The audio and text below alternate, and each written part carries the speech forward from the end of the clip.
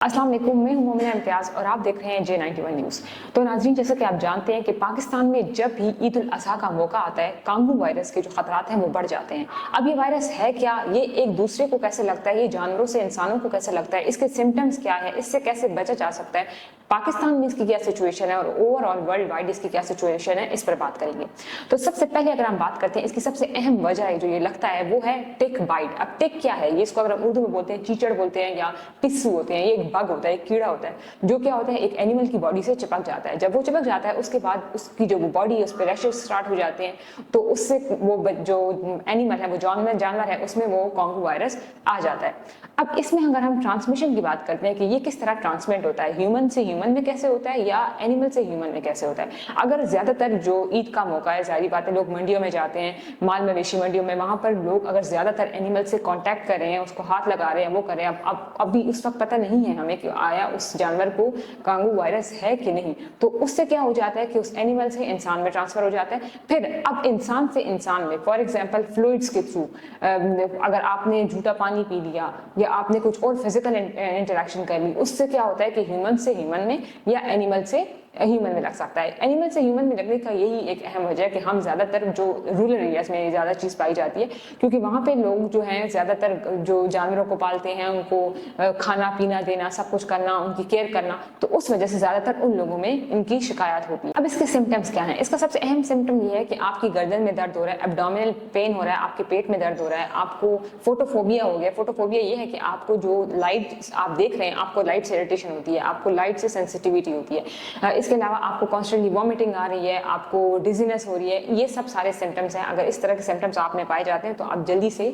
जो डॉक्टर है उससे रुजू करें, स्पेशली इन दिनों में जब ईद का मौका है और सब माल मवेशी मंडी जा रहे हैं, जानवरों को खरीद रहे हैं, घर ला रहे हैं इन दिनों में। अगर हम सिवियर केसेस की बात करते हैं तो आपको इस तरह होता है कि बहुत ज्यादा नींद आना, डिप्रेशन हो जाना, स्ट्रेस्ड होना, ये सब सिवियर केसेस की निशानी है। और वो लोग जो ऑलरेडी बीमार है, जिस हेपेटाइटिस हो गई या कोई और बीमारी है, तो उसकी जो बॉडी है वो इतनी ज्यादा एंटीबॉडीज नहीं बना रही होती, इसकी वजह से उसको जल्दी उस पर इफेक्ट पड़ता है और उनकी डेथ भी हो जाती है। असल में इसकी कोई ऐसे अहम कोई वैक्सीन है नहीं, एनिमल्स के लिए तो नहीं है, ह्यूमंस के लिए है भी तो वो बहुत रेयर है। अगर वो हम पूरी दुनिया में देखते हैं तो बहुत कम परसेंटेज है जो ऐसी वैक्सीन पाई जाती हैं। इससे ज्यादातर लोगों की 3 से 4 दिन में डेथ हो जाती है। अब इससे बचा कैसे जा सकता है? देखिए, अगर आप माल मवेशी मंडी जा रहे हैं तो आप मास्क पहने, आप हल्के कलर के कपड़े पहने, आप ग्लव्स पहने। अगर आप एनिमल्स के साथ इंटरेक्ट हो रहे हैं या आप उनको टच वगैरह कर रहे हैं तो आप ग्लव्स पहने, ये बहुत ज्यादा जरूरी है। मास्क पहने ताकि वो जो टिक बाइट है उससे भी बचा जा सके, और जो फिजिकल कांटेक्ट हो रहा है तो उससे भी जो जानवर से इंसान में ट्रांसफर हो सकता है उससे भी बचत हो सके। इसके अलावा आप लोग रिपेलेंट्स यूज करें, डिफरेंट जो मॉस्किटोज रिपेलेंट्स भी होते हैं या ऐसी जो चीजें होती है जो जिससे मच्छर वगैरह को भगाया जा सकता है, आप वो इस्तेमाल करें। और एजुकेट करें, अगर आपको इस चीज के बारे में पता है तो आप आगे लोगों को बताएं, फिर अपने जो नेबर्स में बताएं, अपने दोस्तों को बताएं, अपने रिश्तेदारों को बताएं, ताकि इसकी परसेंटेज कम हो सके। अभी ये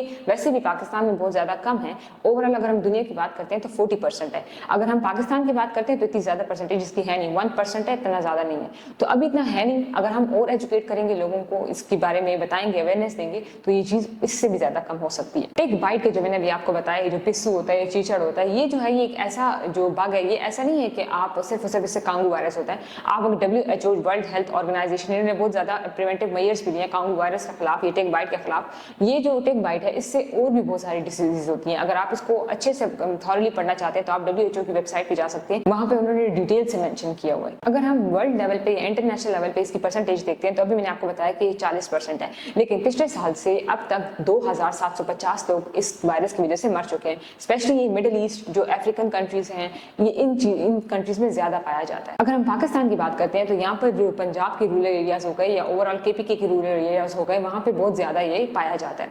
अब अगर हम इस साल की बात करते हैं तो इस साल 3 केसेस अभी तक पेशेंट्स आ चुके हैं। और असल में जब ये पेशेंट्स आते हैं तो उनकी हालत इतनी खराब होती है, जो अब हमारी बॉडी है उसके डिफरेंट पार्ट से खून बहना शुरू हो जाता है, जिससे 2 दिन में ही उस बंदे की डेथ हो जाती है, जिस तरह पंजाब में हुआ भी। और जो तीनों पेशेंट आए थे वो तीनों ऐसे पेशेंट थे जो ऐसे इलाके में रह रहे थे, या वो रूरल एरियाज में रह रहे थे, या उन्होंने वो एक तो जिसकी डेथ हुई है वो कसाब था, वो एनिमल्स की टेक केयर करना, वो सब कुछ करना वो करता था, तो एक वो वाला बंदा इंक्लूडेड था। देखिए, इसकी कोई अहम कोई खास वैक्सीन है नहीं। अगर हम ओवरऑल की भी बात करते हैं, वर्ल्ड की बात करते हैं, तो ऐसी वैक्सीन डेवलप नहीं हुई जिससे ये बिल्कुल खत्म हो जाए, स्पेशली जानवरों में।